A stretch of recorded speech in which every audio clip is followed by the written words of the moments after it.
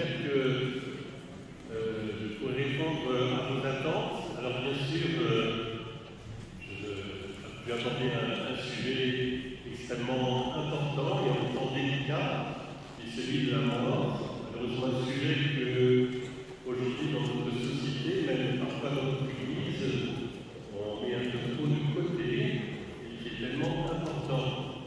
Avant d'aborder ce sujet, je me présente pour ceux qui ne me connaissent pas. Je suis nouvellement arrivé sur Orléans. Donc je suis le père Christophe Lioni. Avant d'être prêtre, j'ai été médecin. J'étais spécialisé en médecine interne. Et j'ai fait aussi un diplôme de soins palliatifs. J'ai travaillé en soins palliatifs pendant 6 mois. Voilà, j'ai eu l'occasion avant de me convertir à la foi chrétienne de toucher à beaucoup de choses dans l'ésotérisme, entre autres, et aussi à travers beaucoup d'approches tirées des philosophies orientales. J'ai aussi vécu en Afrique un certain temps, on m'a aussi donné l'occasion de connaître aussi certaines cultures africaines, parce que je n'ai pas fait de bien sûr, et depuis l'âge de 15 ans, j'ai perdu ma mère dans un accident de voiture. La question de la mort a toujours été pour moi un sujet important dans ma vie. Et c'est sûrement ce qui m'a conduit aussi indirectement à embrasser la vocation sacerdotale. Voilà donc pour une rapide présentation. Je vais donc aborder ce sujet. Je ne vais pas vous livrer des opinions personnelles, mais plutôt ce que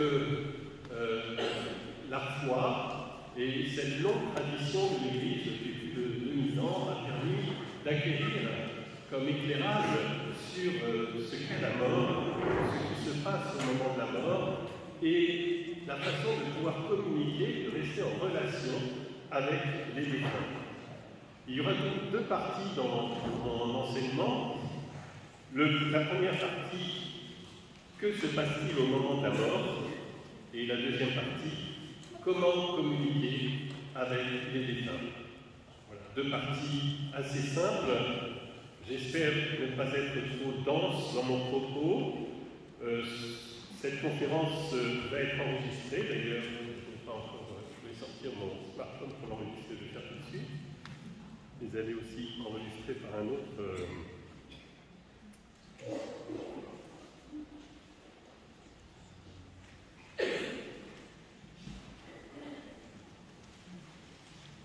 Donc cette conférence sera enregistrée et aussi filmée, donc vous pouvez aussi vous y reporter après si vous n'avez pas tout bien entendu ou reçu. Alors voici la première partie. Que se passe-t-il au moment de la mort? Dans la mort, on peut distinguer 2 choses. La partie visible, à laquelle nous assistons tous lorsque nous accompagnons quelqu'un qui va mourir, et puis une dimension invisible à laquelle nous n'avons pas accès directement. Alors que se passe-t-il de visible? Je vais aller assez vite parce que ce sont des choses que vous connaissez. Lorsqu'il s'agit d'une maladie, la personne fait face à la perspective de sa mort, et les mois, les semaines qui précèdent la mort sont souvent un moment important. Il y a là tout un travail psychologique ou spirituel pour le malade et sa famille, un travail qui s'apparente à ce qu'on appelle un travail de deuil, depuis le choc de l'annonce jusqu'à une possible acceptation de ce moment de la mort.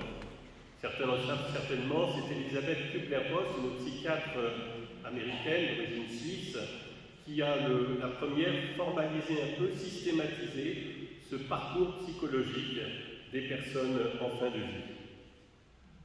Quand la mort approche, les derniers jours sont particulièrement importants. Ils peuvent être paisibles ou agités, ils peuvent être lucides ou à demi comateux. On appelait autrefois ce moment l'agonie, qui vient d'un mot grec qui veut dire lutte, car le corps lutte contre la mort, mais la lutte peut être aussi psychologique, spirituelle. Ce moment se vit aujourd'hui essentiellement à l'hôpital et hors d'une approche palliative ou religieuse spécifique. Le mourant est surtout médicalement, ce qui aboutit très vite à la prescription de sédatifs, une sédation, un endormissement. Je n'aborderai pas du tout ce soir la question de la demande d'euthanasie, qui est un autre sujet. Puis survient ce que l'on appelle la mort clinique. La mort clinique correspond, comme vous le savez, à l'arrêt définitif du cœur, qui produit donc la mort physique. Cette mort clinique se traduit par le refroidissement du corps, devient livide et qui se rigidifie. Le corps est le plus souvent placé dans une morgue, puis après la mise en bière, il est conservé dans un funérarium. Il est rare qu'il soit amené à son domicile. De ce fait, les véhicules funèbres ont disparu et au mieux, un temps de recueillement de la famille auprès du corps est organisé dans le funérarium. Autour du cercueil peut avoir lieu une célébration d'obsèques religieuses pour les croyants ou une célébration laïque du souvenir. Et enfin, le corps est inhumé dans une tombe ou incinéré et les cendres sont conservées dans une urne dispersée dans la nature. Voilà très rapidement brossé ce qui se passe d'une façon visible au moment de la mort. Que se passe-t-il d'invisible? Ce que l'on ne voit pas dans tout le processus que j'ai décrit, c'est le moment où l'âme se détache définitivement du corps. On appelle cela, en opposition avec la mort clinique, physique, la mort métaphysique. Le grand saint Benoît voit l'âme de sa sœur scolastique se détacher de son corps et s'élever vers le ciel peu de temps après sa mort. Il le raconte lui-même. Certains ne croient pas en l'existence d'une âme qui survit à la mort. Pourtant, l'existence de cette âme est reconnue dans l'humanité par de très nombreuses religions, cultures, traditions philosophiques. L'âme est le moi invisible et immortel, on pourrait dire aussi spirituel, qui fait notre personnalité. Ce n'est pas parce que quelque chose n'est pas visible que ce n'est pas réel. Nos pensées ne sont pas visibles, pourtant elles sont bien réelles. L'âme est de cet ordre-là. Un phénomène mis en lumière depuis les années 70 est venu corroborer l'affirmation de l'existence de l'âme, d'une âme distincte du corps. Ce sont ce qu'on appelle les expériences proches de la mort, NDE. En américain, c'est venu des États-Unis, Near Death Experience. Depuis donc les études du docteur Raymond Moody, un psychiatre américain, des expériences ont été mises en lumière, des gens qui ont vécu une situation de coma profond suite à un accident de voiture, à une maladie, ou même une anesthésie profonde. Quand ils sont revenus à eux, ils ont reçu leur lucidité, ils ont raconté ce qui s'était passé. Et certains d'entre eux ont vu ce qui se passait alors que tout le monde pensait qu'ils étaient en état de coma profond, et ils l'étaient médicalement parlant, mais eux ont pu voir ce qu'on faisait à leur corps. Ils étaient souvent au-dessus du corps, entendant les discussions des médecins, les échanges, les réanimations, etc., et pouvant le rapporter après, étonnant bien sûr tout le monde d'avoir eu accès à de telles connaissances. Mais surtout, le plus souvent, ces personnes ont aperçu aussi un au-delà, que les mots d'ici-bas ne parviennent pas à décrire. Et ce qui est frappant dans toutes ces expériences, c'est la convergence de ces témoignages de personnes très différentes, de cultures très différentes, et qui rapportent plusieurs points. Alors je ne serai pas exhaustif, je retiens quelques points classiques. En dehors de cette capacité à sortir du corps, alors d'ailleurs sur cette capacité à sortir du corps, il y a un témoignage assez intéressant du père de Robert, qui a été le recteur de la basilique du Sacré-Cœur de Montmartre, et quand il était séminariste, il a été fusillé en Algérie pendant la guerre, et il a fait une expérience proche de la mort, et dans son récit, qui lui a été demandé pour le procès de canonisation du Padre Pio, car il était très proche du Padre Pio, Dans ce récit, il raconte qu'effectivement, il est sorti de son corps, et à ce moment-là, il a pensé à ses parents, qui habitaient Annecy, et il s'est retrouvé instantanément dans la maison de ses parents, et là, il a vu que ses parents avaient changé l'aménagement de la salle à manger, des meubles. Et quand il est revenu après à lui, il a écrit à ses parents, à sa mère, en disant « Tiens, j'ai vu que vous aviez changé la place de la meuble. » Alors la mère était complètement étonnée parce qu'il était en Algérie la guerre, et mais comment a-t-il pu savoir qu'on a changé l'emplacement du meuble? Donc on dit que cette décorporation peut aussi conduire à aller beaucoup plus loin que simplement la salle de réanimation ou l'hôpital. Alors les autres points qui reviennent souvent, un regard instantané sur toute sa vie. La personne voit toute sa vie en un instant. Le passage par un tunnel obscur qui débouche sur une grande lumière. Et la certitude que l'amour est la clé de toute vie. Parfois, ce sont des expériences négatives qui sont rapportées. L'âme est plongée dans les ténèbres et comprend la possibilité dramatique et horrifiante de se perdre à tout jamais. Mais toutes ces expériences aboutissent à la même prise de conscience. La personne revient de cette expérience certaine que sa vie a un sens, que ce sens est l'amour et qu'il y a une vie après la mort. Et donc que la mort est un passage vers une vie plus belle, plus forte.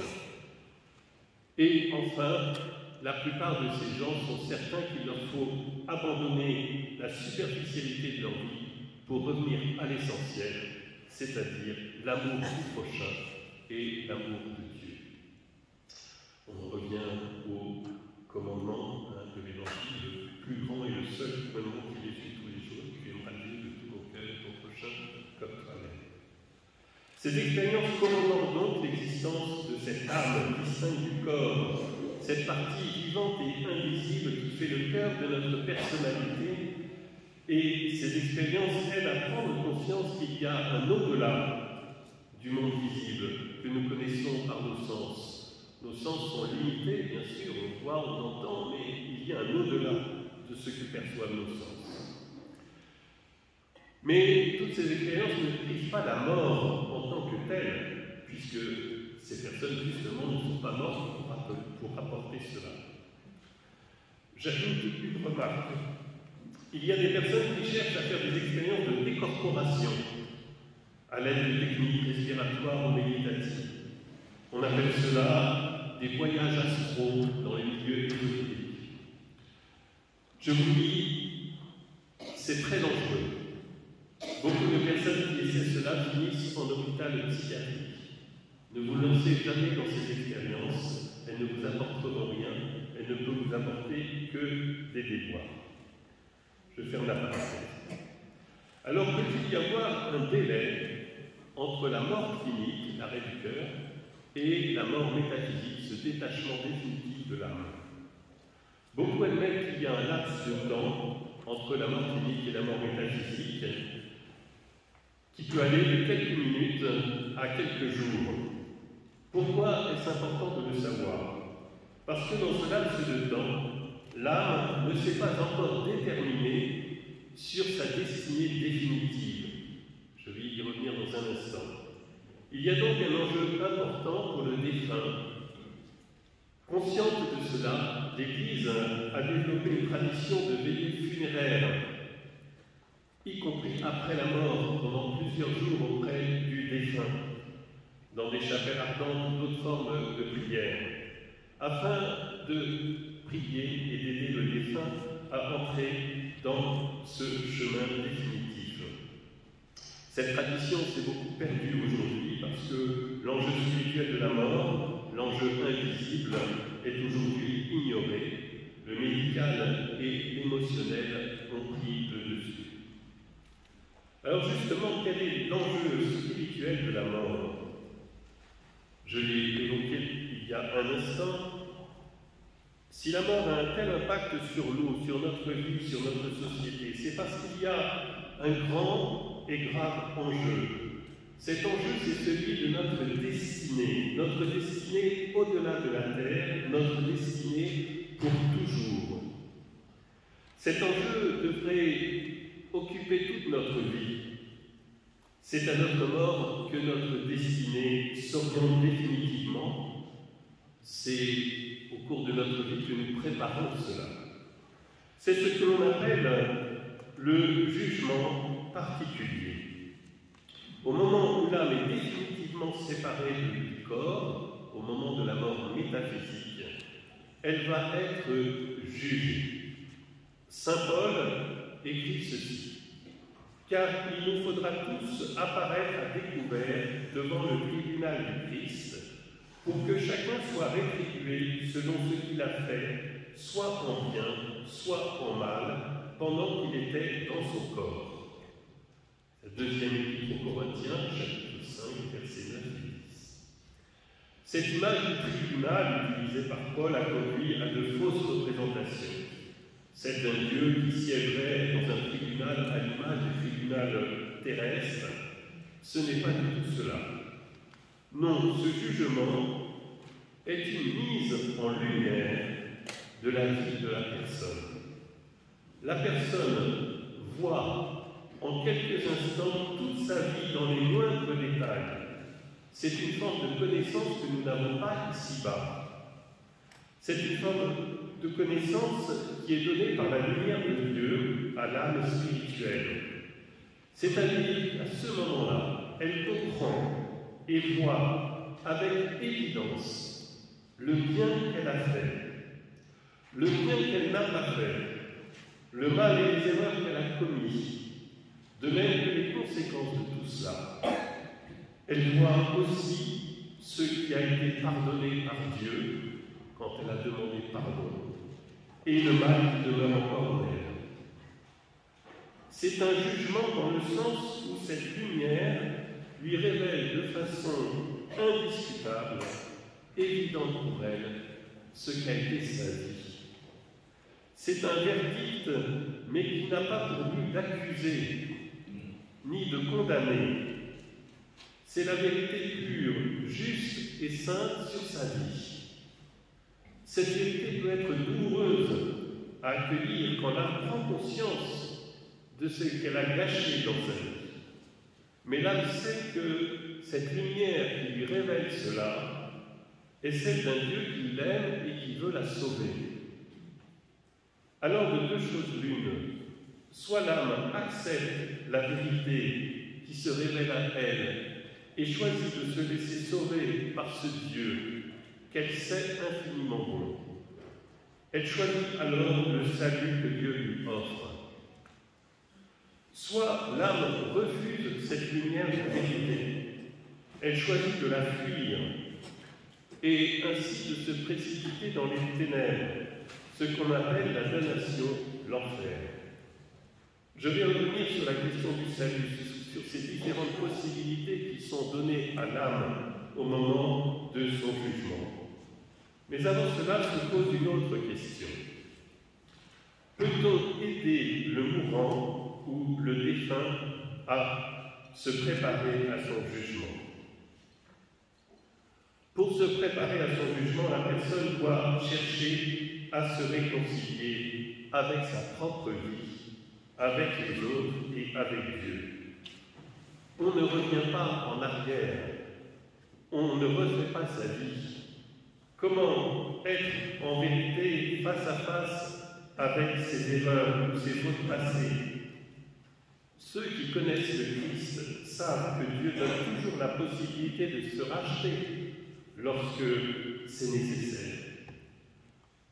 Tout ce qui peut aider la personne à faire la vérité sur sa vie, à chercher à réparer les injustices, à rétablir les relations brisées en pardonnant, la préparera au jugement au cours duquel son salut éternel est en jeu. Un autre élément à prendre en compte, comme le dit saint Paul, nous ne luttons pas uniquement contre les êtres de chair et de sang, mais contre les esprits du mal. C'est dans l'Épître aux Éphésiens, au chapitre 6, lorsqu'il parle du combat spirituel. Nous ne pouvons pas ignorer que dans l'invisible, l'adversaire du genre humain, que l'on appelle Satan, avec tous ses anges, essaie de détourner les hommes du salut. Les esprits malins peuvent agir aussi bien avant la mort qu'après. Je m'explique. Avant la mort, la personne combat contre ses souffrances et ses angoisses. Mais ce combat peut aussi porter sur l'espérance. L'espérance face au regard porté sur sa vie, mais aussi l'espérance sur l'après. C'est le domaine de prédilection des tentations du démon. Il veut désespérer, il veut faire douter de soi, douter du pardon, douter de Dieu, douter de la bonté de la vie. Dans ce combat, l'accompagnement médical ou psychologique ne suffit pas. Sans la miséricorde du Christ et son pouvoir, comment trouver l'espérance ? Il est très important que dans toutes les approches de soins palliatifs, on continue à intégrer la proposition religieuse. Malheureusement, souvent, on brandit l'étendard du prosélytisme pour mettre de côté l'approche religieuse. Et l'approche religieuse n'a jamais eu pour but de forcer les gens à entrer dans une foi, mais les aider à entrer dans l'espérance. Je ferme la parenthèse. L'Église accompagne les personnes en fin de vie. Il s'agit d'aider la personne en l'écoutant à relire sa vie, à trouver l'espérance avec elle des prières, avec elle des sacrements. Je ne parle pas ici, bien sûr, détaillé, mais je rappelle qu'il y a ce beau sacrement des malades, qu'il y a la confession de ses péchés, qu'il y a l'Eucharistie. Il y a aussi de nombreuses prières, comme le rosaire, s'adresse notamment à la Vierge Marie. Le Je vous salue Marie se termine par « Priez pour nous maintenant et à l'heure de notre mort ». Le chapelet de la miséricorde divine, que Jésus a lui-même enseigné à Sainte Faustine. J'y reviendrai un peu plus loin. Il y a aussi des prières spécifiques pour libérer les personnes des conséquences des péchés passés et les préparer au ciel. On appelle cela des indulgences. Il y a toutes sortes d'aides pour encourager la personne et l'aider à rentrer dans la vérité. Alors bien sûr, tout ça dépend de la foi de la personne, mais quelle que soit sa foi, il est toujours possible de lui faire une partie du chemin si elle l'accepte. Au moment de la mort, dans l'invisible, le combat peut se poursuivre et la prière auprès du mourant est essentielle. Le sacrement du malade peut être redonné comme étant l'extrême onction et l'Eucharistie comme le viatique. Il y a même des prières spécifiques pour que l'âme s'abandonne à l'amour de Dieu et sa miséricorde. Je vais vous lire une de ces prières, parce qu'elles sont belles et riches d'une profonde foi d'expérience. Juste avant le dernier soupir, on peut dire « Maintenant tu peux quitter ce monde, âme chrétienne. Quitte-le au nom de Dieu, le Père Tout-Puissant qui t'a créé, au nom de Jésus-Christ, Fils du Dieu vivant qui a souffert pour toi, au nom du Saint-Esprit qui a fait sa demeure en toi, par la grâce du baptême, qu'aujourd'hui tu vives dans la paix et que demeure auprès de toi, et que tu sois auprès de Dieu, et que tu sois auprès de Dieu dans l'Église du ciel, avec la Vierge Marie, la Sainte Mère de Dieu, avec Saint Joseph, avec, on peut nommer son Saint Patron, et tous les anges et tous les saints de Dieu. Voilà des prières qui, pour une âme croyante, peut être source d'un grand réconfort et d'une grande consolation au moment de la mort. Je me souviens un jour dans un série de soins palliatifs, monsieur, j'avais été 2-3 jours avant, et au moment où il faisait sa toilette, j'ai vu que ça n'allait pas bien. J'ai demandé aux aides-soignants d'arrêter, j'ai posé ma main sur son front, et j'ai fermé les yeux, j'ai prié un Je vous salue Marie. Et au cours de la prière, j'ai senti cet homme qui se détendait complètement, et il a remis son esprit à Dieu. Voilà, une prière toute simple, donnée à ce moment-là, a sûrement aidé cette personne à lâcher Christ et à s'abandonner au Seigneur. Même après la mort, notamment dans le laps de temps qui sépare la mort clinique de la mort métaphysique, les prières doivent continuer autant que possible pour aider l'âme jusqu'au moment de son jugement. Et tenant compte de tout cela, comme je le disais tout à l'heure, l'Église a vraiment encouragé à toutes les veillées de prière. Sainte Faustine Kowalska, sainte du XXe siècle, témoin de la miséricorde du Seigneur, qui a eu de nombreuses apparitions du Christ et locutions intérieures, et auquel Jésus avait demandé d'écrire un journal, on retrouve dans son journal un moment, elle confie « Aujourd'hui, j'ai lutté contre les esprits des ténèbres à propos d'une âme. Jésus lui-même lui a donné l'âme du chapelet de la miséricorde en promettant « À l'heure de la mort, je défends comme ma propre gloire chaque âme qui récite ce chapelet elle-même, ou bien si d'autres le récitent pour l'agonisant. » Sainte Faustine, une femme de grande prière, avait aussi le charisme de sentir quand le combat de l'âme agonisante était terminé. Et elle témoigne dans son journal que parfois un « Je vous salue Marie » suffisait, mais que d'autres fois il fallait un chapelet entier ou beaucoup plus encore. Elle disait « Si j'éprouve une inquiétude intérieure, c'est que l'âme soutient un plus grand but et une plus longue agonie. » Alors bien sûr, il y a des situations de mort brutales que l'on ne peut pas accompagner, ou même après la mort, on ne peut pas tout de suite prier. Souvenez-vous pourtant qu'en Dieu, le temps n'existe pas, et que toute prière qui est faite, même après, a été vue par Dieu et reçue par Dieu. Il n'est jamais trop tard pour prier. Alors, quel est le devenir de l'âme après le jugement? Comme je l'évoquais tout à l'heure, le jugement aboutit soit au salut, soit à l'enfer. La notion d'enfer, de damnation, est difficile à appréhender. Elle est très difficilement audible aujourd'hui.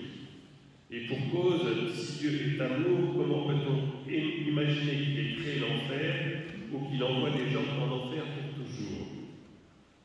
Alors d'une part, Dieu n'a pas créé l'enfer. L'enfer a commencé en Satan. Dès l'instant où celui-ci, ange de lumière, a rejeté catégoriquement l'amour de Dieu. On se demande comment il a pu faire cela. C'est un grand mystère. Satan a continué à exister, mais sans aucun amour. Tel est le sort choisi par Satan, par tous les esprits mauvais, et par les hommes qui refusent l'amour de Dieu jusqu'au bout. L'amour créateur dont ces personnes dépendent pour exister est devenu pour eux une torture infernale parce qu'ils n'en veulent pas. Et le rejetant, alors qu'ils sont créés par amour et pour l'amour, ils vivent dans cette contradiction infernale. D'autre part, Dieu n'envoie personne en enfer. Il veut sauver tous les hommes. C'est l'âme qui choisit l'enfer si elle refuse la lumière de Dieu qui est amour. Vous me direz comment une âme peut-elle refuser l'amour de Dieu? J'utiliserai une image. Une personne qui est restée longuement dans l'obscurité d'une cave et qui soudainement est placée dans la lumière du soleil se sent si aveuglée qu'elle veut retourner dans l'obscurité. Si Jésus nous parle de l'enfer, c'est parce que c'est possible. Une personne qui a vécu toute sa vie dans un tel cynisme, un tel orgueil, qu'elle en est venue à ne plus éprouver aucune compassion pour les autres, dont le cœur est devenu dur et froid, qui ne pense qu'à elle, peut en arriver à refuser la lumière de Dieu sur elle. De même, celle qui a vécu dans le mensonge ou l'hypocrisie toute sa vie, Jésus dit « Celui qui a fait le mal déteste la lumière. Il ne vient pas à la lumière de peur que ses œuvres soient dépassées. » Jean 3, 20. Je n'en dirai pas plus sur l'enfer, il existe. C'est une possibilité dramatique dont le Christ nous parle pour nous mettre en garde. Mais, sachons-le, Dieu fait tout pour éviter à une âme de se perdre, même si elle a été très mauvaise pendant sa vie, Dieu n'envoie personne en enfer. Son seul désir est de nous sauver. Mais il ne peut rien faire si la personne refuse le salut par cynisme ou par orgueil. Nous voyons bien à travers le mystère de la croix jusqu'où Dieu est prêt à aller pour nous sauver. Je vous dirai juste ceci, nous ne devons jamais désespérer que nos défunts aient été sauvés. Nous ne pouvons pas savoir, mais même ceux qui nous semblent avoir eu une vie dépravée, nous devons espérer jusqu'au bout en leur salut et agir envers eux comme s'ils étaient sauvés.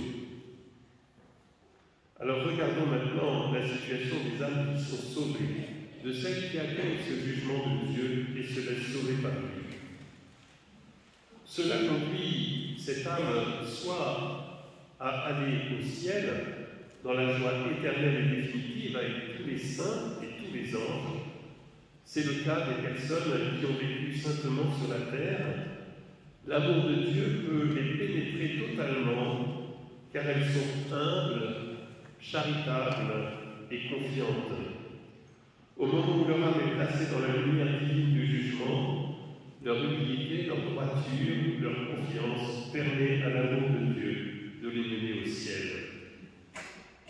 À l'image du bon larron sur la croix, il n'avait pas une vie parfaite, mais son humilité et sa confiance ont conquis le cœur de Dieu. Soit ces âmes qui sont sauvées vont au purgatoire. La lumière du jugement révèle des zones d'ombre en elles. Il y a des choses non purifiées, des marques d'égoïsme et d'orgueil, des injustices non corrigées dans leur vie, des péchés non pardonnés. Elles savent bien qu'elles ne peuvent pas entrer au ciel comme cela. Ces âmes choisissent cette purification douloureuse, certes, car elles savent que cela va les conduire au bonheur éternel du ciel, et c'est ce qu'elles veulent au plus haut point. Je dirais quelques mots sur le purgatoire, je ne vais pas m'y étendre trop. Le purgatoire n'est pas un lieu, c'est un état d'une âme qui se laisse purifier par Dieu, qui se laisse sauver par Dieu. Ces âmes ont besoin d'être purifiées avant d'entrer au ciel. Quelques points importants à retenir. Ces âmes sont saintes, car elles veulent uniquement faire la volonté de Dieu. Elles n'ont plus d'autre désir que de faire la volonté de Dieu, qu'elles savent infiniment bonne. Il n'y a en elles aucune forme de récrimination, de déception, de tristesse ou de rancœur. Elles aiment et elles sont heureuses de faire la volonté de Dieu. Troisième point, elles souffrent terriblement. Leur incapacité à correspondre pleinement à l'amour de Dieu crée en elles une terrible souffrance liée à l'attente du ciel. J'y reviendrai tout à l'heure, j'en vous dirai quelques mots. Mais, quatrième point, elles ont la très grande consolation d'être sûres d'entrer un jour dans le bonheur du ciel à jamais. Il n'y a pas la moindre désespérance en elles. Elles savent qu'elles avancent vers le salut éternel et la joie éternelle. Cinquième point très important, elles n'ont aucun moyen d'agir pour elles-mêmes. Elles sont même désormais livrées à une purification passive. Elles ne peuvent pas accélérer leur salut par de bonnes œuvres. Sixième point, elles ne savent pas par elles-mêmes pour combien de temps elles ont à être dans cet état de purification, sauf si bien sûr Dieu leur fait connaître. Donc retenez que les âmes qui sont en purgatoire souffrent beaucoup, mais sont habitées par une grande espérance qui sont leur consolation. Elles sont saintes car elles veulent ce que Dieu veut et uniquement cela. Elles n'entretiennent aucune rancune, aucune rancœur vis-à-vis de leur vie passée ou des personnes qu'elles ont connues auparavant. Et elles s'en remettent entièrement et humblement à Dieu. Alors vous me demanderez, d'où est-ce que je tiens tout cela? Comment peut-on être sûr que cela se passe comme cela? Le purgatoire existe-t-il? Il y a dans la Bible des allusions claires à cette purification. Par exemple, saint Paul dit ceci: l'ouvrage de chacun sera mis en pleine lumière. En effet, le jour du jugement le manifestera, car cette révélation se fera par le feu, et c'est le feu qui permettra d'apprécier la qualité de l'ouvrage de chacun. Lui-même sera sauvé, mais comme à travers le feu. Premier épître aux Corinthiens, chapitre 3, versets 15-17. L'Église n'a jamais cessé de croire à cette purification offerte après la mort. Le témoignage de très nombreux saints depuis plus de 2000 ans est venu corroborer cette affirmation de foi. Pour ne vous en citer que quelques-uns de ceux qui ont parlé du purgatoire par des expériences spirituelles et mystiques, Sainte Catherine de Gênes, Sainte Thérèse d'Avila, Saint Jean de la Croix, Sainte Marguerite Marie, le Saint Curé d'Ars, Saint Don Bosco, Saint Stanislas Polska, Sainte Faustine, Saint Padre Pio. La liste est très grande de tous ces hommes et femmes qui ont eu des révélations et des témoignages sur ce purgatoire et qui ont aidé à préciser en quoi il consistait. Je termine là donc ma première partie. Que se passe-t-il au moment de la mort? Je vais entrer dans la deuxième partie. Quelle relation avons-nous avec les défunts? Comment communiquer avec eux? Ça va? Bon. Alors, puisque ces défunts sont vivants, comme je viens de l'expliquer, nous sommes appelés à avoir une relation avec eux, et eux, une relation aussi avec nous. C'est indéniable. Mais c'est une relation nouvelle, d'une nature nouvelle, différente de celle qu'on avait sur Terre. Pour résumer les choses, on peut dire que les défunts n'ont qu'une seule préoccupation, leur salut et le nôtre. J'y reviendrai. C'est-à-dire que pour eux, la seule chose qui compte, c'est d'aller au ciel et que nous y allions aussi. Avant de développer cette partie sur la communication avec les morts, je voudrais faire deux remarques préliminaires importantes. Je le disais tout à l'heure, nous ne devons jamais désespérer du salut de nos défunts. Nous ne devons jamais croire qu'un défunt est en enfer, même si sa vie a pu le laisser craindre. Si par malheur un de nos proches défunts avait choisi l'enfer, son ange gardien, la Vierge Marie et Dieu recueilleraient tout ce que nous investissons dans cette relation avec lui, malheureusement devenue impossible du fait de son état, pour la faire fructifier au profit d'autres défunts proches. Donc, je ne parlerai pas des défunts qui sont en enfer, en espérant de tout cœur que tous les défunts de nos familles sont ailleurs, et je parlerai donc essentiellement de la relation, de la communication avec les âmes des purgatoires ou avec ceux qui sont au ciel. Deuxième remarque préliminaire. Concernant les âmes du purgatoire, nous devons bien comprendre, et cela est extrêmement important, que tout ce qu'elles connaissent de notre vie présente est uniquement ce que Dieu leur fait connaître. Elles n'ont pas accès à nos pensées ou à notre cœur, pas plus que les saints du ciel d'ailleurs. Elles n'ont pas un accès direct à notre vie. Dieu, dans sa providence, leur fait connaître toujours les prières que nous leur adressons ou que nous adressons à leur intention. Dieu leur fait connaître nos besoins quand c'est nécessaire pour orienter leurs prières. Il peut leur permettre de nous donner des signes, j'y reviendrai tout à l'heure. Dieu lui-même leur dit ce qu'ils doivent nous communiquer s'ils ont des choses à nous communiquer. Car, au risque de me répéter, tout cela n'a qu'une seule finalité, notre salut et celui de l'âme défunte. Et l'âme défunte est entièrement livrée à la volonté de Dieu. Elle n'a plus d'initiative personnelle, elle répond à ce que Dieu donne pour nous aider et pour être aidée elle-même. Il faudrait donc beaucoup se méfier de communications dont le but est de satisfaire notre curiosité, notamment sur l'avenir ou sur l'au-delà, ou d'obtenir des biens temporels. Les âmes du purgatoire ne sont pas intéressées d'entrer dans ce jeu-là. Cela n'est pas de leur ressort. Les âmes du purgatoire et les saints du ciel ne veulent qu'une seule chose, faire en tout la volonté de Dieu. Et la volonté de Dieu est le salut des hommes. Dieu veut que tous les hommes soient sauvés.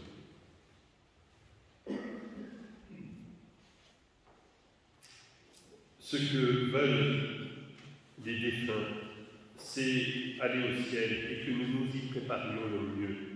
Les âmes du purgatoire qui expérimentent une grande souffrance voudraient nous éviter cela. Et tout ce qu'elles peuvent faire vis-à-vis de nous va dans ce sens, et uniquement dans ce sens. Alors regardons les choses plus concrètement maintenant en essayant de répondre à 5 questions qui se posent souvent.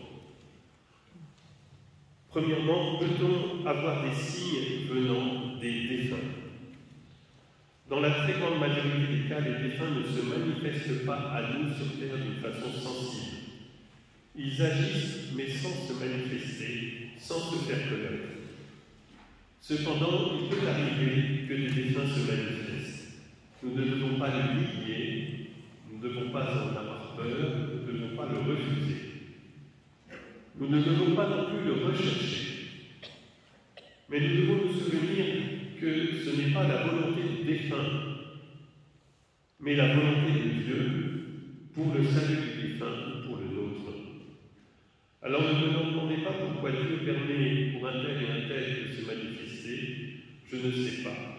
Ce que je sais, c'est que Dieu veut notre plus grand bien et qu'il est absolument juste et bon dans tout ce qu'il fait. Alors on peut distinguer 2 types de manifestations.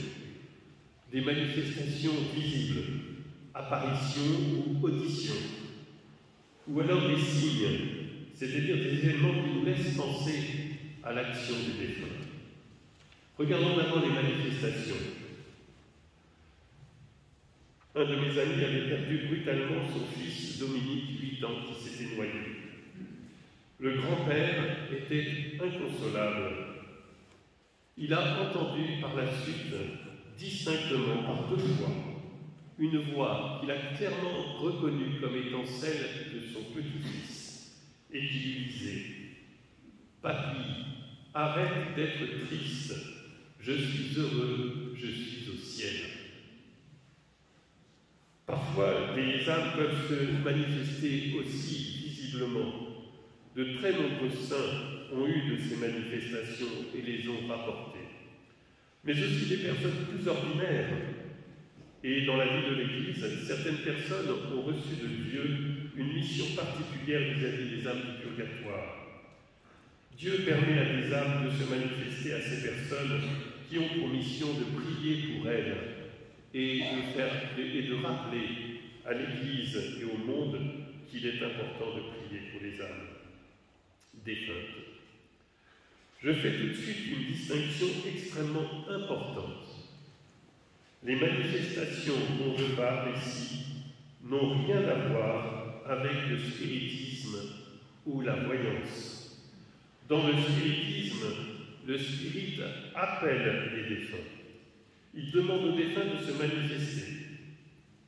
Cela est extrêmement dangereux. On ne doit jamais recourir à ces méthodes. Pourquoi? Parce que Dieu ne le veut pas. C'est très clairement dit dans la Bible. Je vous lis un passage du livre du Deutéronome.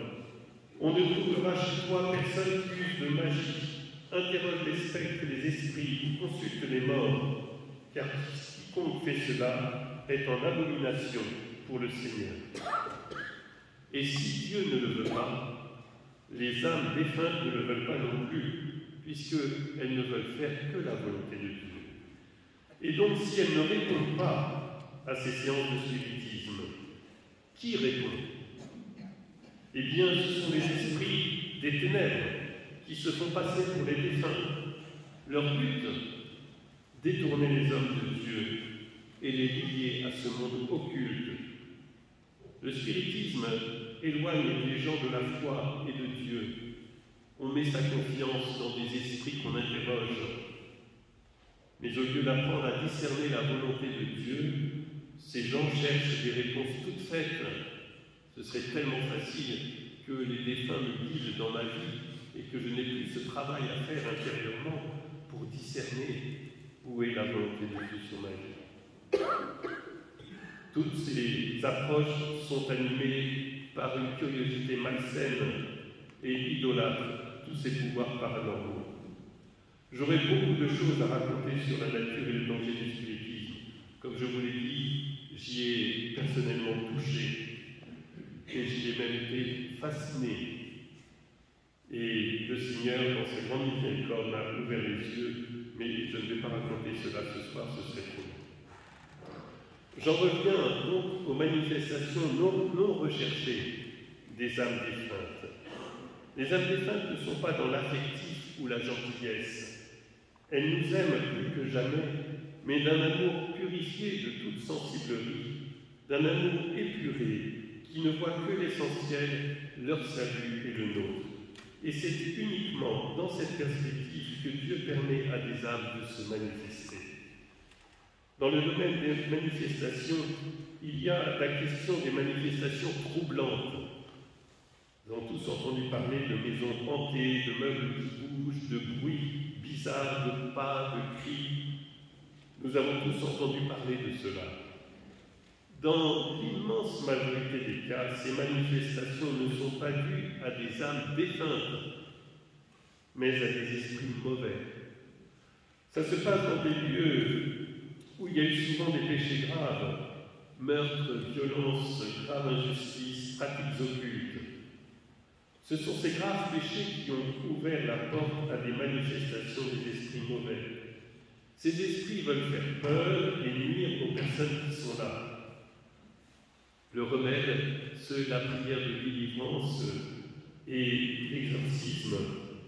Mais cela n'a rien à voir avec les défunts. Alors c'est vrai qu'à certains moments, des défunts peuvent se manifester de façon troublante, mais c'est très rare. Les défunts ne cherchent pas à nous faire peur, ni à nous troubler, sauf si notre salut est en jeu. Saint Don Bosco raconte cette histoire. Il était séminariste, il avait un ami d'enfance qui était au séminaire avec lui, ils étaient très liés, il s'appelait Comolo. Et ils s'étaient promis l'un à l'autre que le premier qui mourrait viendrait visiter l'autre pour lui dire s'il était sauvé. Comolo mourut à 22 ans, encore au séminaire.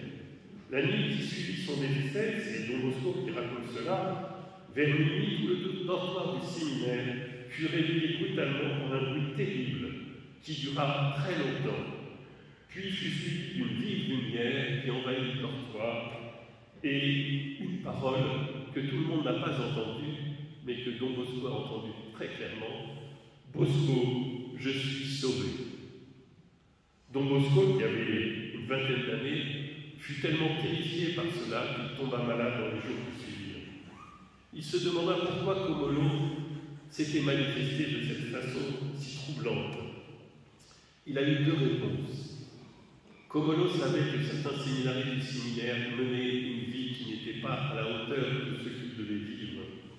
Et Don Bosco a remarqué que suite à cette apparition, ces séminaristes ont changé de vie.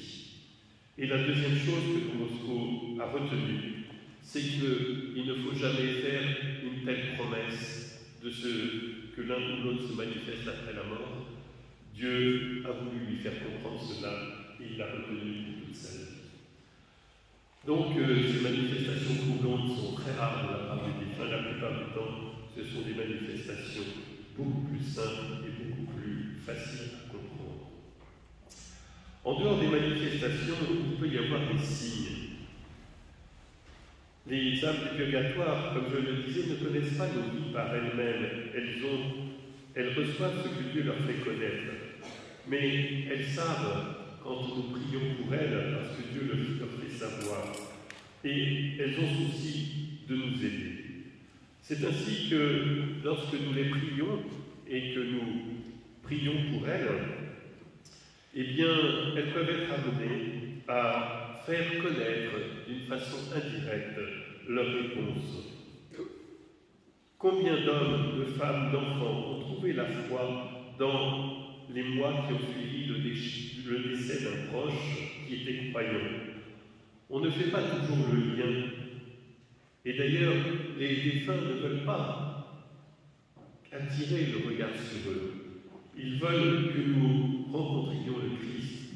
Mais nous pouvons bien penser que ces défunts sont intervenus pour que ces gens trouvent la foi. Il n'est pas exceptionnel que Dieu permette que des signes soient donnés. Un événement qui se produit à une date anniversaire du décès sur un lieu significatif, symbolique de la relation avec ce dessein, au terme d'une veine qui a été faite vis-à-vis de lui. Oui, il peut y avoir de nombreux signes qui nous sont donnés. Mais le piège serait de rechercher des signes. Autant il est important de ne pas les refuser lorsqu'ils sont manifestes. C'est l'occasion de resserrer les liens de prière et de gratitude. Autant chercher serait une perte de temps. Ce n'est pas à force de rechercher des signes qu'il y en aura. Dieu nous demande la foi et l'espérance. Voilà donc pour les manifestations et les signes qui peuvent être donnés. Autre question. Avons-nous quelque chose à faire pour les défunts? Oui, les défunts ont besoin de nous. En tous les cas, ceux qui sont encore en état de purgatoire, car les défunts qui sont au ciel n'ont plus besoin de nous, ils sont dans la gloire éternelle, mais même si nous les prions, les grâces seront reçues et ne manqueront pas. Nous savons que le temps n'a pas le même sens au purgatoire et sur la terre. Quand on parle d'années de purgatoire, c'est une façon imagée de parler. Mais les âmes du purgatoire elles-mêmes utilisent ces comparaisons avec le temps terrestre. Et d'après elles, beaucoup d'âmes restent plusieurs dizaines d'années au purgatoire. On parlait de siècles. Ce n'est pas très étonnant quand on voit le peu d'attention que les gens portent ici-bas, sur terre, à Dieu et à ses commandements, et le peu de prières qui sont adressées en faveur de ces multiples âmes.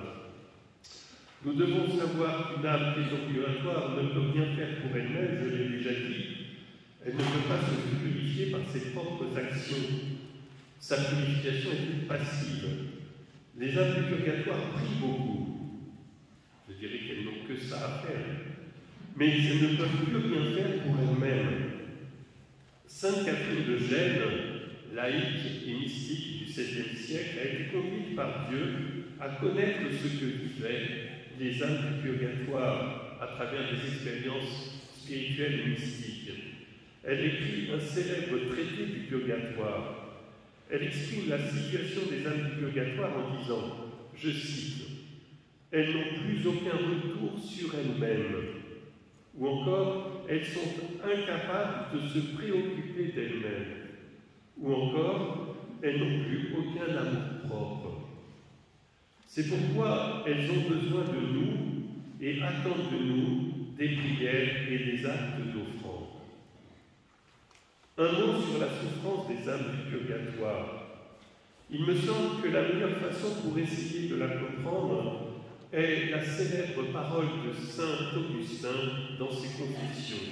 « Tu nous as fait pour toi, Seigneur, et notre cœur est sans repos tant qu'il ne repose en toi. » Ici-bas, nous sommes tellement distraits et accaparés par tant de choses. Travail, famille, maison, soucis du monde, loisirs, passions de toutes sortes, que nous oublions Dieu et nous n'écoutons pas notre cœur créé pour Dieu.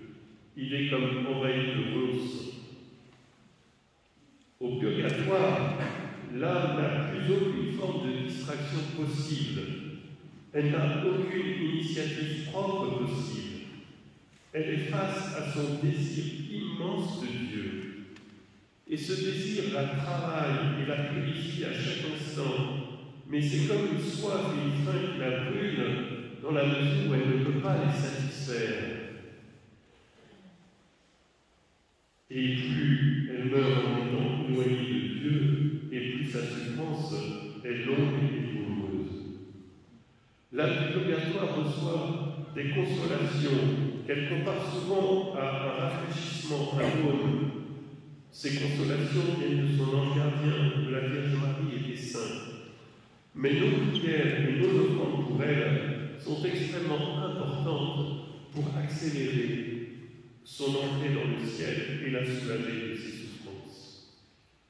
Ici sur la terre, lorsque nous voyons une personne souffrir, il ne nous viendrait pas un instant à l'idée de la laisser souffrir dans l'indifférence. Nous cherchons à la secourir autant que possible. Le contraire pourrait même nous conduire à être accusés de non-assistance à personne en danger.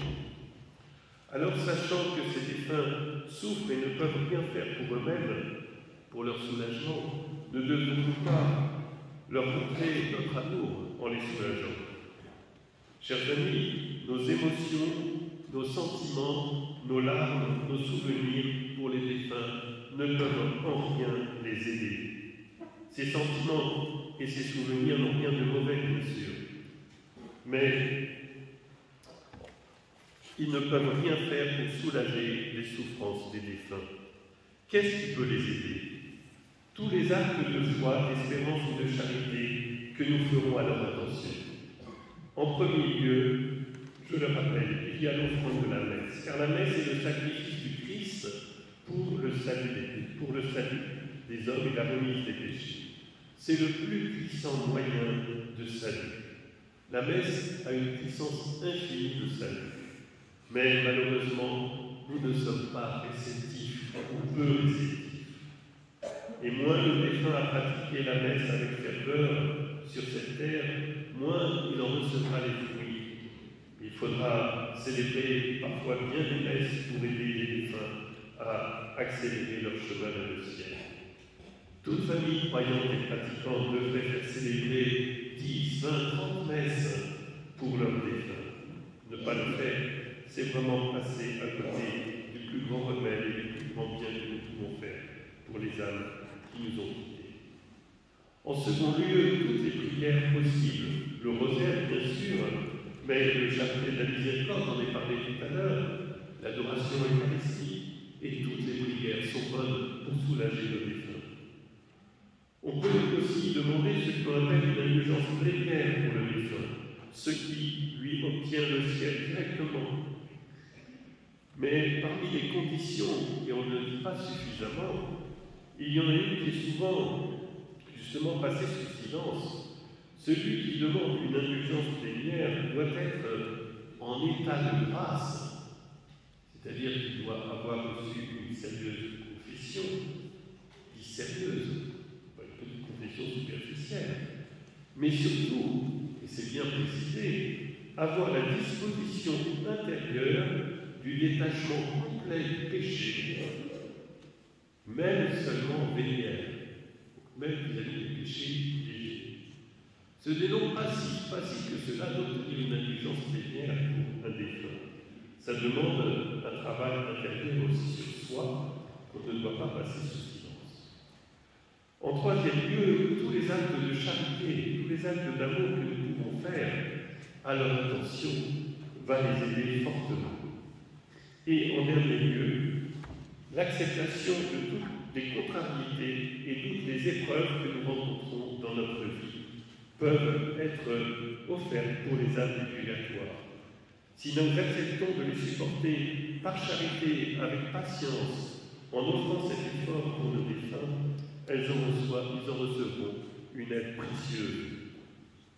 Quand une âme du purgatoire vient visiter une personne pour lui demander la prière, elle demande souvent à la personne d'accepter de souffrir pour elle. Et si la personne accepte, elle se voit alors affligée de grandes souffrances physiques pendant le temps nécessaire à la libération de la personne. Je vous donne un témoignage d'une femme qui s'appelle Maria Simma, une paysanne autrichienne qui a vécu au XXe siècle, qui est une femme très simple et qui avait reçu cette mission de prier pour les âmes du purgatoire. Cette mission lui avait été confirmée par son curé et par son évêque. Elle raconte: un jour, une âme m'a demandé si je voulais bien offrir pendant 3 heures dans mon corps pour elle. Je voulais bien souffrir, pendant 3 heures dans mon corps pour elle, après quoi je pourrais reprendre mon travail.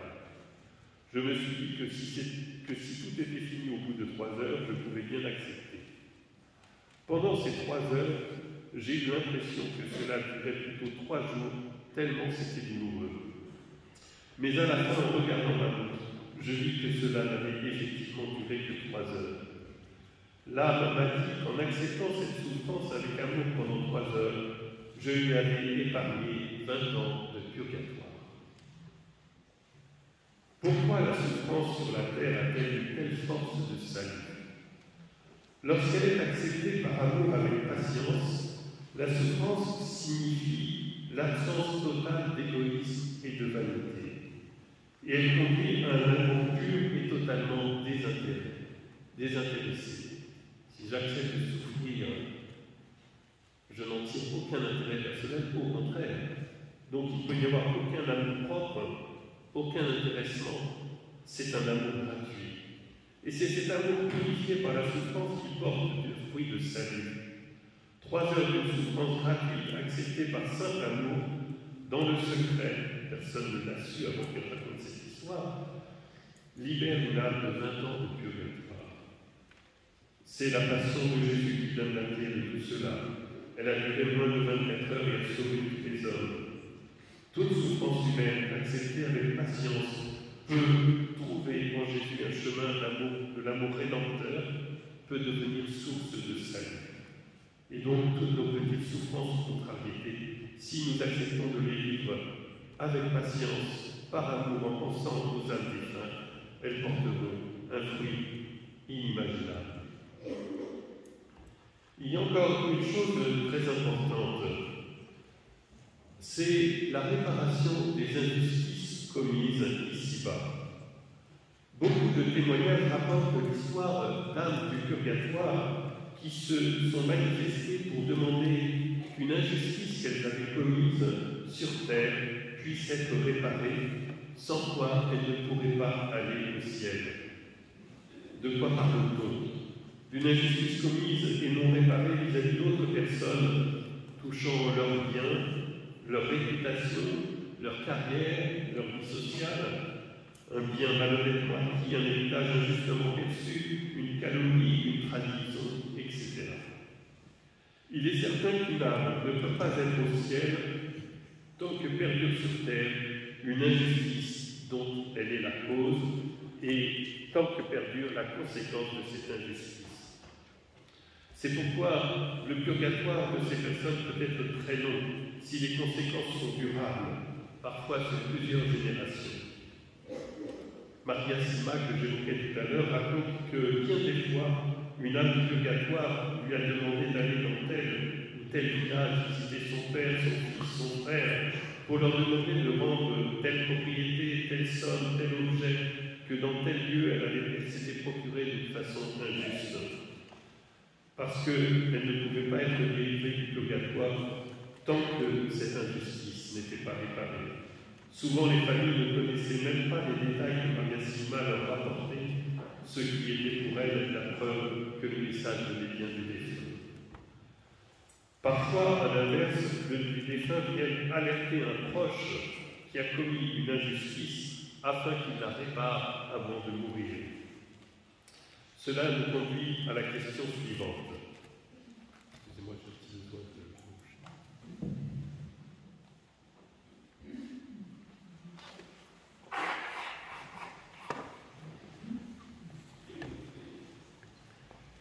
Les défunts peuvent-ils nous aider? Oui, les défunts peuvent nous aider. Non seulement ils le peuvent, mais ils le veulent, pour autant que Dieu le veut et pour autant que cela concourt à notre salut. Ils ne veulent pas nous aider à gagner au tiercé, ça ne nous intéresse pas. Le père Lacordaire, un illustre dominicain du XIXe siècle, racontait l'histoire suivante. Un paysan polonais mourut. Sa femme, soucieuse de son salut, priait beaucoup pour lui et voulait faire dire une messe. Mais très pauvre, elle n'avait pas de quoi régler l'offrande de la messe. Elle alla voir un homme aisé du voisinage, un philosophe incrédule, mais cet homme se laissa toucher par sa demande et donna l'argent. L'épouse assista à la messe avec toute l'ardeur de sa foi. Quelques jours après, le paysan se manifesta à l'homme riche. « Je vous remercie, dit-il, de l'aumône que vous avez faite pour l'offrande de la messe. Cette messe a délivré mon âme du purgatoire où elle était retenue. Et maintenant, en reconnaissance de votre charité, je viens de la part du Seigneur vous annoncer que votre mort est prochaine et que vous devez vous réconcilier avec Dieu. » Voilà, cette âme a reçu de Dieu la possibilité d'aider cet homme qui s'était montré généreux. Un autre exemple, Sainte Marguerite Marie, la sainte de Paray-Monial, celle qui a eu les révélations du cœur de Jésus, fut un jour visitée par l'âme d'une femme. Cette femme était l'épouse récemment décédée du médecin de la communauté des visitandines où vivait Marguerite Marie, le docteur Guillet.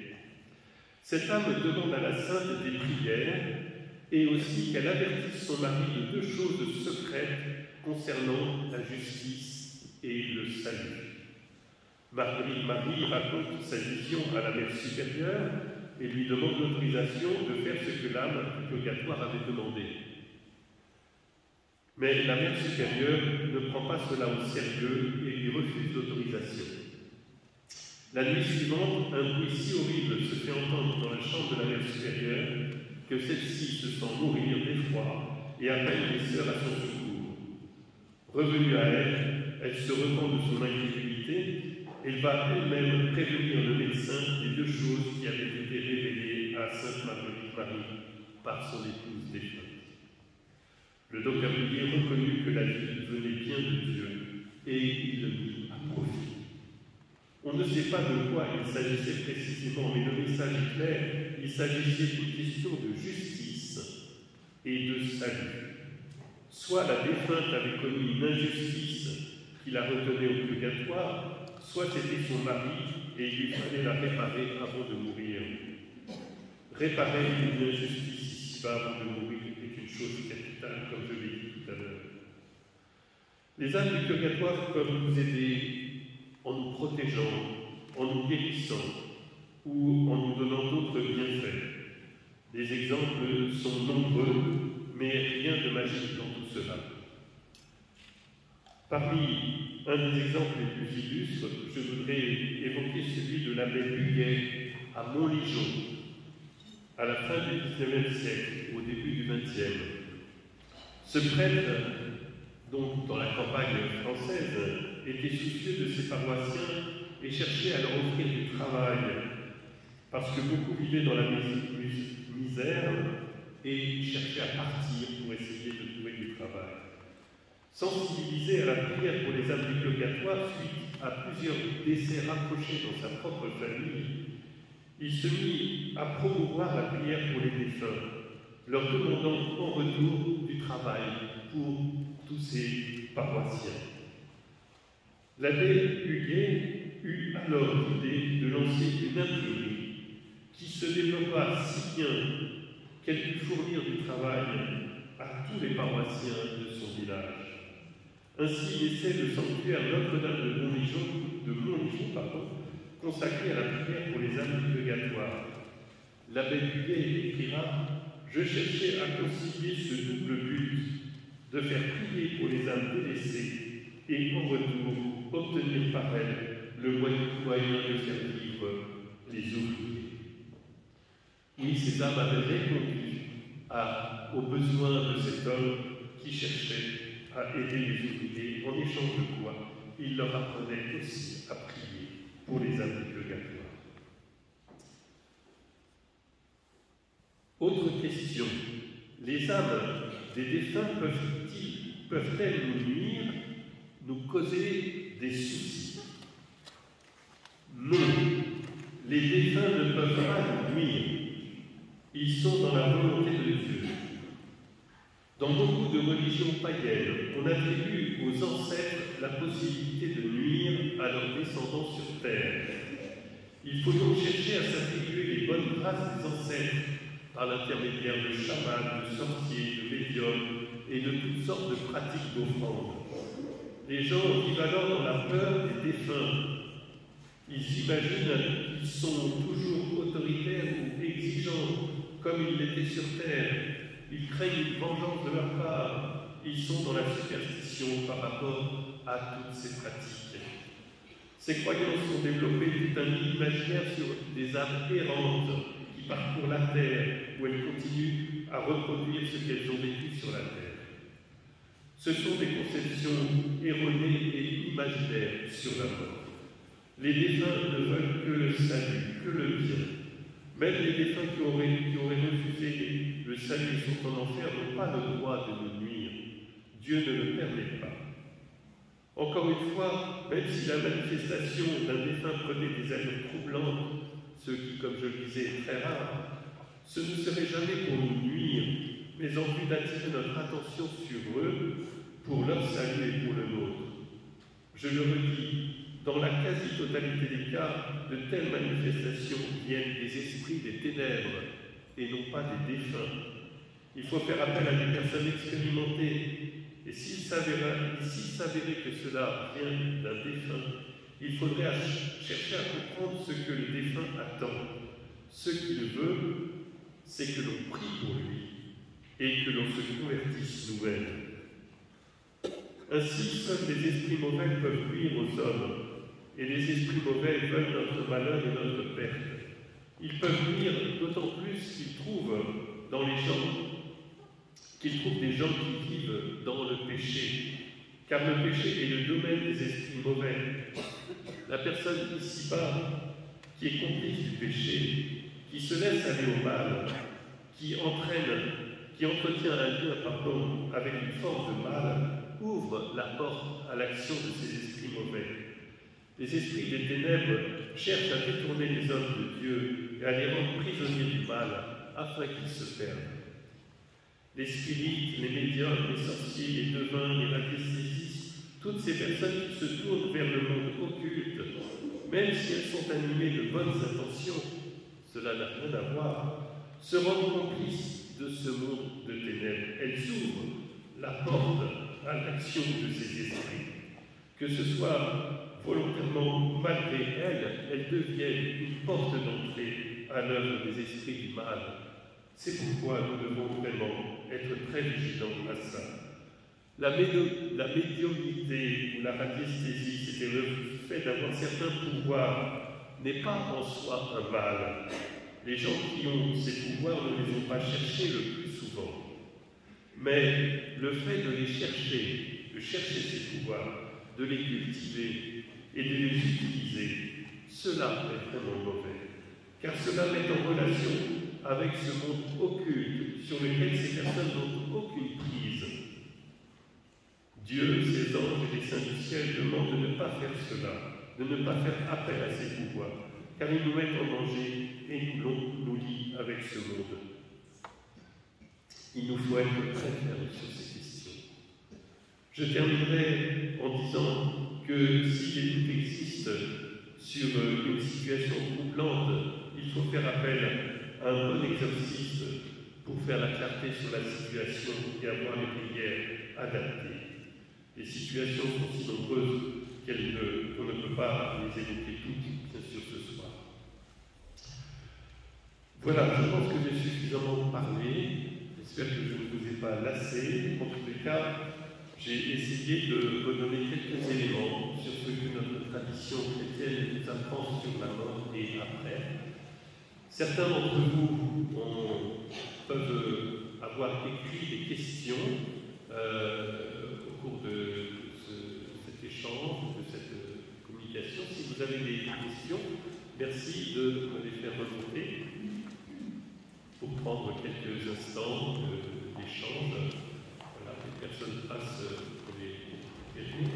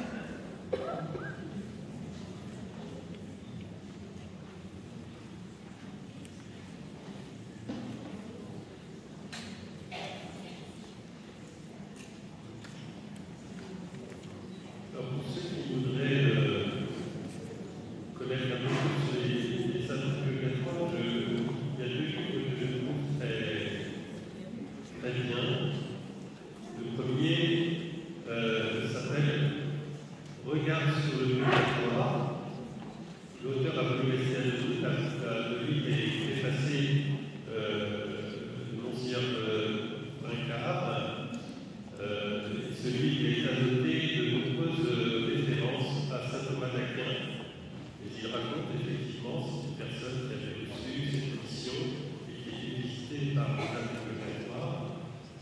Il est précieux comme livre et très précieux.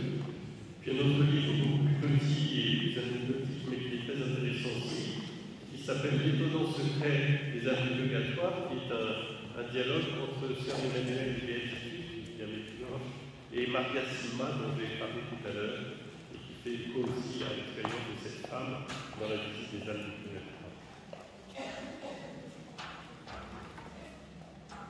Je prends quelques instants pour connaître les illustrations.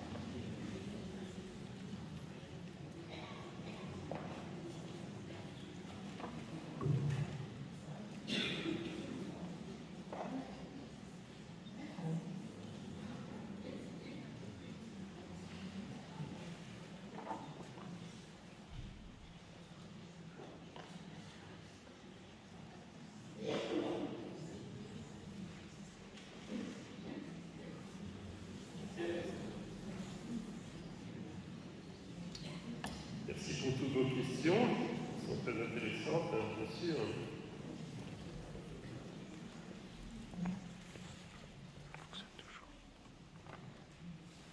Alors, il y a plusieurs questions concernant la situation des personnes qui se sont suicidées.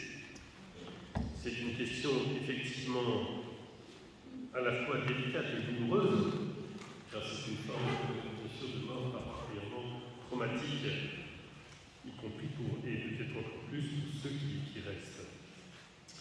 Alors, une âme qui s'est suicidée, on sait aujourd'hui que la grande majorité des suicides sont liés à des crises d'angoisse extrêmement fortes, qui fait que la personne qui pose un tel geste est dans une situation de grande détresse et qu'elle ne trouve pas le moyen de résister à cette tentation. Donc sa responsabilité, sa liberté est bien sûr extrêmement affaiblie à ce moment-là. Et on peut vraiment souhaiter et espérer, sans aucun doute, qu'elle peut être sauvée et qu'elle peut accepter le salut. Vous connaissez cette histoire d'une femme dont le fils s'était suicidé en sautant d'un pont et qui était allé trouver le curé d'Ars et lui dire mais que va devenir mon fils qui s'est suicidé? À cette époque, vous pensez que le suicide est un péché mortel. Et le curé d'Ars a répondu à cette femme, votre fils, entre le moment où il a sauté du pont et le moment où il est arrivé en bas, a exprimé à Dieu son repentir et son regret pour causer ce geste. On ne sait pas ce qui se passe dans le cœur des personnes, nous devons respecter la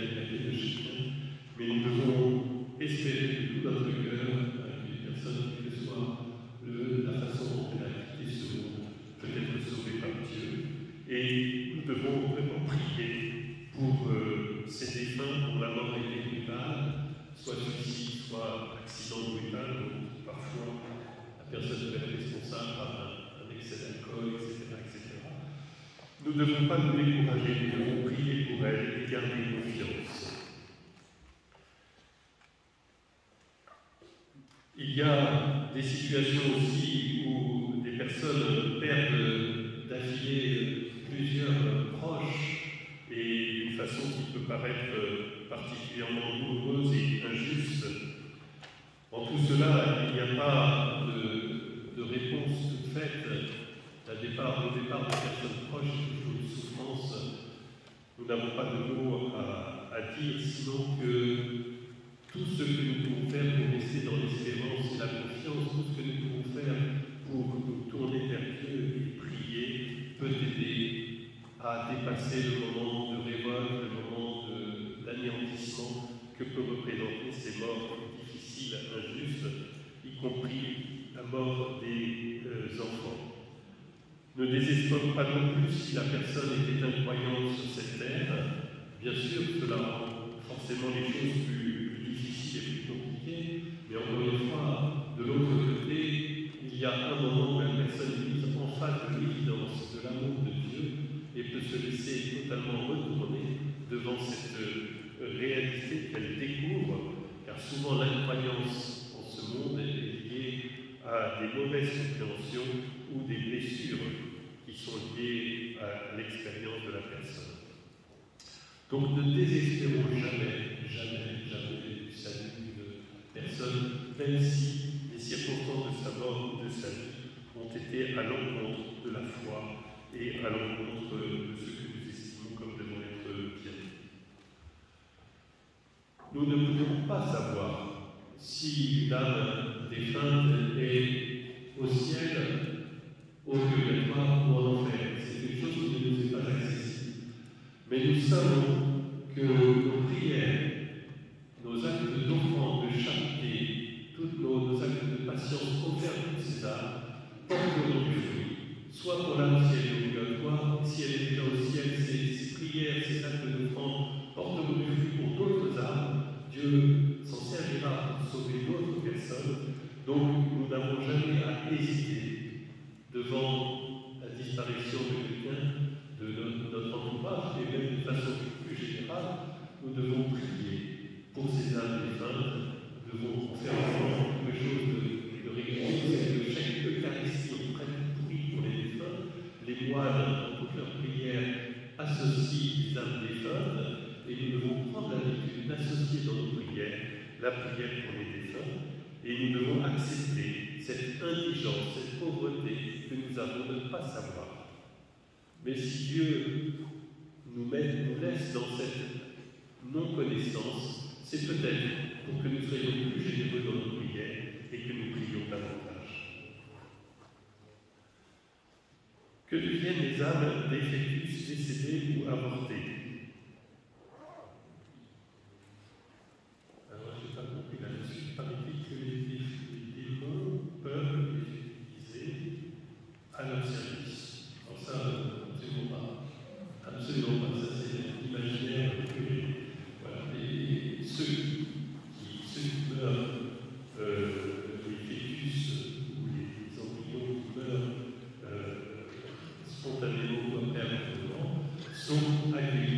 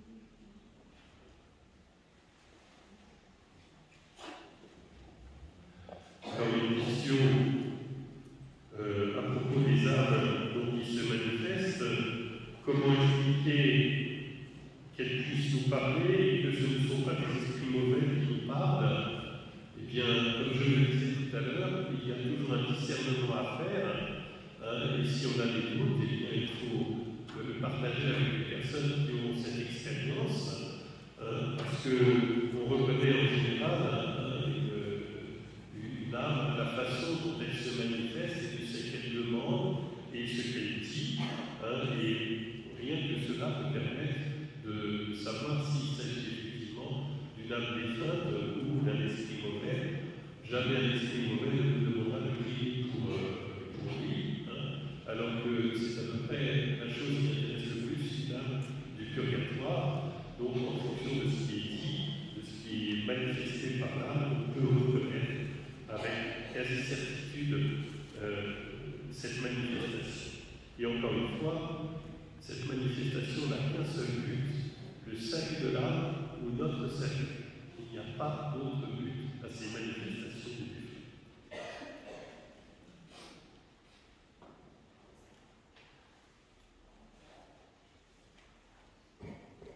Alors, en ce qui concerne la durée du purgatoire, le temps du purgatoire, comme je le disais, tout cela, c'est une question imagée. C'est pour nous faire comprendre, quand on parle de 10 ans, 30 ans, un siècle, etc., c'est pour nous faire comprendre l'intensité, la durée, l'intensité de la souffrance de l'âme.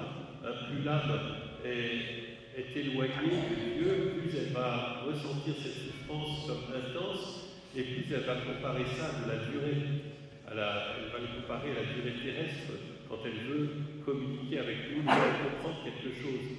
Mais la durée au purgatoire n'est pas celle de notre temps sur Terre, ce sont des notions que nous ne pouvons pas appréhender avec notre intelligence qui est totalement conditionnée par le temps et l'espace. On est dans un autre univers, dans une autre dimension, donc on ne peut pas chercher à préciser et avoir une notion très précise là-dessus. Nous devons simplement accepter de comprendre que les âmes purgatoires peuvent vivre des souffrances prolongées, en tous les cas qui sont assimilées à un long temps, et nous encourager d'ailleurs à travers ça à prier beaucoup pour elles. Est-ce que la crémation peut empêcher la résurrection des corps? Non, la crémation ne peut pas empêcher la résurrection des corps, parce que la résurrection des corps ne se fera pas à partir de la matière laissée par notre corps, elle se fera à partir d'une nouvelle création que Dieu va faire.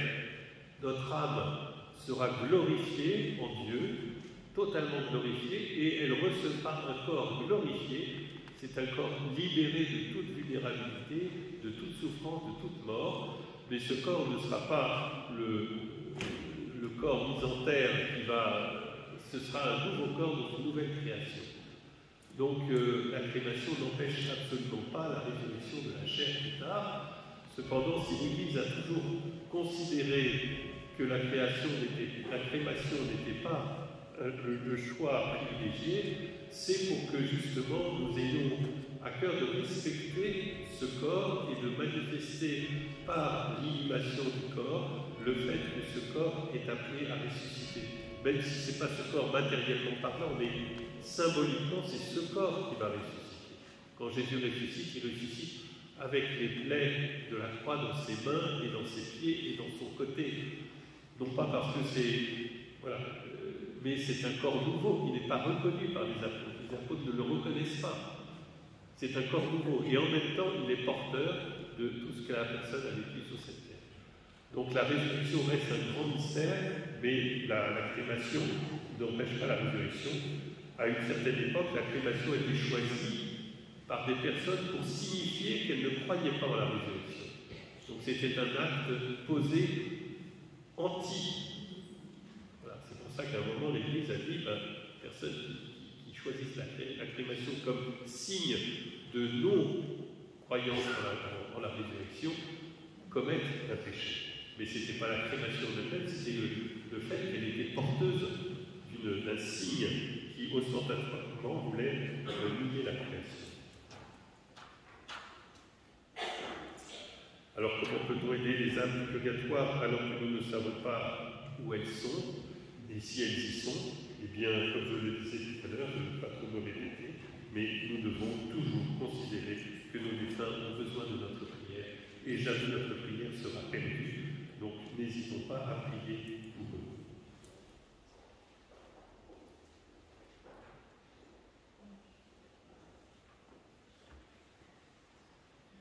Quels moyens pour préparer notre sainte mort? Eh bien, je crois que je les ai évoqués.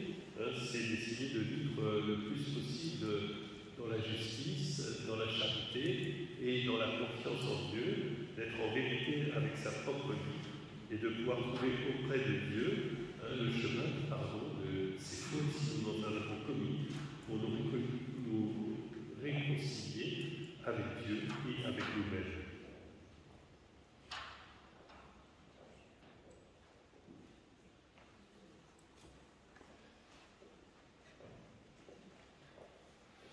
Quels sont les mots et les gestes que je peux donner à quelqu'un qui a perdu un proche dans des circonstances injustes, mort d'un enfant, accident bête, maladie mortelle fulgurante? Là, il n'y a pas de recette, il faut écouter, être présent, accompagner, consoler. Si la personne est croyante, alors elle peut s'ouvrir justement à accueillir cette relation nouvelle qu'elle peut avoir avec les défunts et se souvenir que c'est une réalité qui appartient à notre monde. Nous sommes fragiles, nous sommes vulnérables. Il y a tous les jours des enfants qui meurent, il y a tous les jours des gens qui meurent dans des conditions affreuses. Alors, quand ça ne touche pas de proche, on n'y fait pas attention. Quand ça nous touche de proche, bien sûr, on y est beaucoup plus sensible. Mais c'est une réalité qui est celle de notre monde ici-bas. Et nous ne sommes pas créés pour rester dans ce monde ici-bas, nous sommes créés pour la vie éternelle. Donc nous ne pouvons rien dire à ces personnes, sinon de les accompagner et de les aider au gré de leur cheminement personnel à s'ouvrir à cette espérance. Mais comme on le disait, comme je le disais tout à l'heure, c'est l'étape psychologique du deuil peut faire qu'au début la personne est abattue. Elle peut même être dans le déni, elle peut être dans la colère, elle peut être dans la tristesse, la dépression. Nous devons les accompagner dans ce chemin. Ce n'est pas en donnant des paroles ou des réponses que nous les aiderons, c'est en les accompagnant, en les écoutant, en les encourageant. Et voilà, et encore une fois, si elles sont croyantes ou si elles peuvent s'ouvrir à la foi, c'est de les aider à voir que la personne qui est partie n'est pas absente, et qu'une relation est possible avec elle, une relation, bien sûr, dont j'ai essayé de tisser les éléments essentiels au cours de cet échange.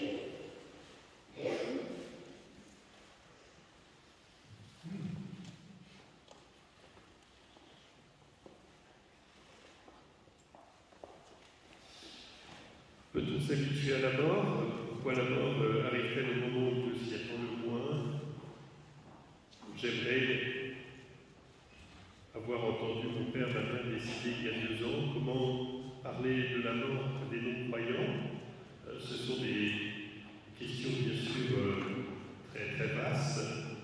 On ne s'habitue pas à la mort, on l'accueille quand elle se présente, on cherche à lui donner du sens, à la vivre avec la foi, et on ne peut pas, comme je le disais, on ne peut pas exiger ou demander qu'un défunt se manifeste. Ça peut arriver, quand ça arrive, eh bien, on essaye de d'en tirer profit pour lui et pour nous, et quand ça n'arrive pas, eh bien, nous restons dans cette relation à travers la foi, à travers l'espérance.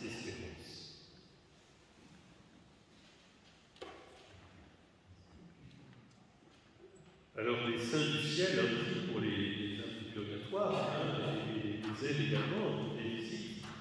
Elles les visitent à certains moments.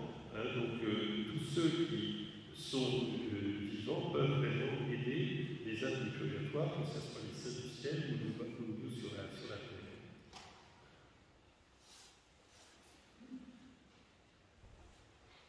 Voilà, je crois avoir épuisé les questions plus personnelles, mais qui répondrai de façon personnelle également. Ah, y a-t-il un exorciste ici? Oui, il y a un exorciste dans le diocèse, donc qui reçoit un miracle chaque semaine. Donc, et si besoin. Voilà, je vous remercie de votre patience.